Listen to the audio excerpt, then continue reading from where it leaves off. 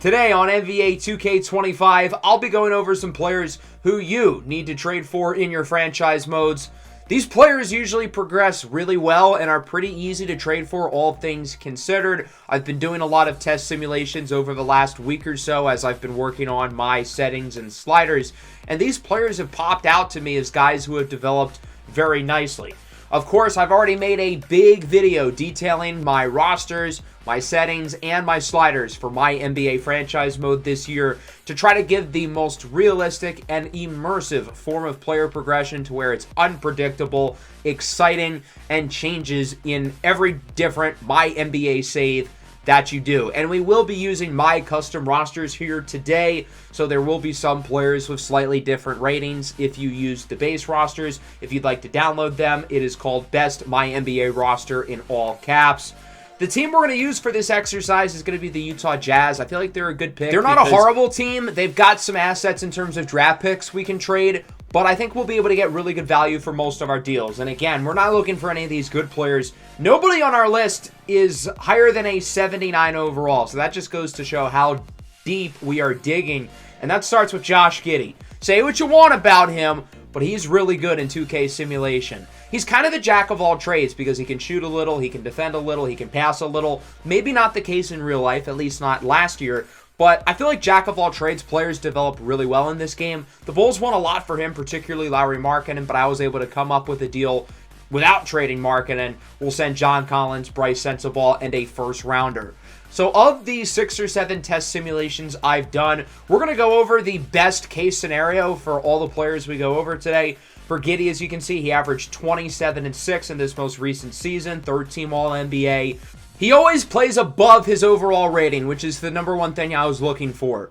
Rob Dillingham is next here with the Minnesota Timberwolves. This is a bucket getter. The talented rookie from Kentucky is surprisingly easy to get, even with the updated rosters that I made, where Dillingham goes up in rating. In the original rosters, he's only a 72 overall, so you might be able to get him for even easier. I think Walker Kessler and a first-round pick in 2029 is really good value. The Wolves are probably going to be good in 2029, so that pick is going to be in the 20s. It's really Walker Kessler for Rob Dillingham, which is a no-brainer because Dillingham usually develops very nicely in this game. In most of my simulations, he became an awesome scorer. By year 4, 22.5 points per game, and he's done it on solid shooting splits this most recent season, 47% from the field, 40% from 3. He's already made the All-NBA team twice. Speaking of buckets, if you're looking for a sixth-man microwave scorer type, I think Jordan Hawkins with New Orleans could be that guy. He isn't a complete player by any stretch, needs to improve the defense, needs to improve the playmaking, but for someone who's only 22 years old, I think this is pretty good value. Jordan Clarkson and another Minnesota pick. Again, the Timberwolves are really good in 2K simulation. Those picks are really not going to have much value, so you might as well use them as an asset in a trade. Jordan Hawkins developed really well in some simulations. Here he became an 86 overall. Statistically, he was better in some of the other simulations I did, as high as 20 points per game. Here in this one, shot the ball well from 3, nearly 17 a night. Isaiah Jackson is next up here from the Pacers. It's not necessarily his rating where he develops really well, but similarly to Josh Giddey, he always plays above his rating. Really good defensively, solid scorer along the interior. And this trade is kind of perfect because Johnny Furphy is the next guy on our list.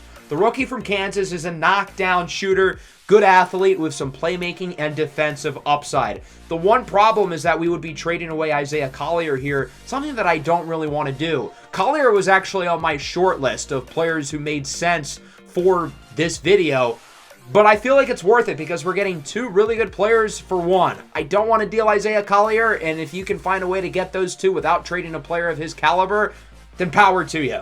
We'll start with Isaiah Jackson. He's not on a roster here, but that's because we're in the middle of the offseason. As you can see, the numbers are pretty solid. Oftentimes, post big men are not very efficient in this game, but that's not the case with Isaiah Jackson. Efficient offensively, really good defensively, all defensive first team, and then all defensive second team over the last 2 seasons. As for Johnny Furphy, he has developed really well in some of the simulations I did. That includes a 22-point-per-game season with New Orleans, 40% from 3 consistently, and in a lot of the other simulations I did, he had a high track record of developing. Pacom Dadier with the Knicks is next up, another rookie drafted late in the first round out of France. This is somebody who I feel like can be a prototypical 3-and-D player for you. Maybe not necessarily somebody who's going to be a high-end player or an all-star, but I think he's a lot better in this game than Kyle Filipowski, so I would be happy to make that deal. In the simulations I did, Dadier consistently made it to the low to mid 80s. A+ 3-point, A perimeter defense. That's exactly what we want out of him. A 3-and-D guy who has some playmaking upside, can shoot the midi. Looks like a really, really good player here. And all we had to do was give up Filipowski, who was just picked in the second round.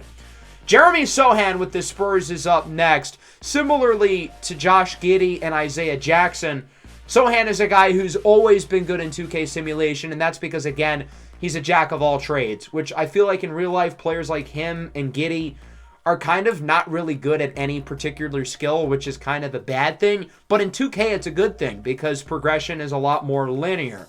I'd rather not give up Colin Sexton, but in this deal, I think it's worth it because we're going to get Zach Collins, who's a nice asset, and I'm going to use him to get some more picks in just a moment. I think Sochan develops better in this game than Colin Sexton to begin with. As you can see in this simulation, he's an 86 overall. Good shooting, good defense, very versatile defender. And obviously, he's a pretty solid passer given that he's a 6'8" power forward. The stats aren't going to jump off the page, but I think if you up his shot tendencies, his points per game should go way up. And I don't think that would be a bad decision given that his shooting ability has gotten a lot better. The last player we're going to go over is Bronny James.